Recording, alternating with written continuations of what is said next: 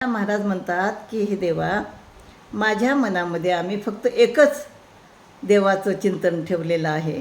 देवाशिवाय आम्हाला दुसरं काही दिसत नाही आणि कोणत्या ग्रंथामध्ये काय लिहिलं आहे ते पण आम्हाला माहिती नाही. काय जाणो वेदो आम्हा आगमाचे भेद, एकरूप तुझे मनी धरून राहिलो चिंतनी. कोठे अधिकार नाही रानट विचार, तुका मने दिना नु पक्षावे नारायण.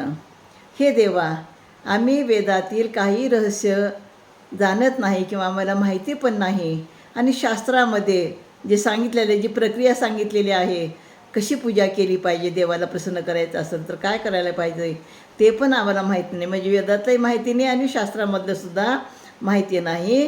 फक्त तुझं एकच रूप आम्ही आमच्या मनामध्ये, आमच्या हृदयामध्ये आम्ही ठेवलेलं आहे आणि आम्ही त्याचं चिंतन करत आहोत.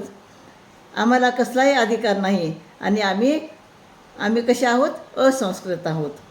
म्हणून तुकाराम महाराज म्हणतात, देवा आमचे दीन आहोत, त्यामुळं हे नारायणा तू आमची उपेक्षा करू नको.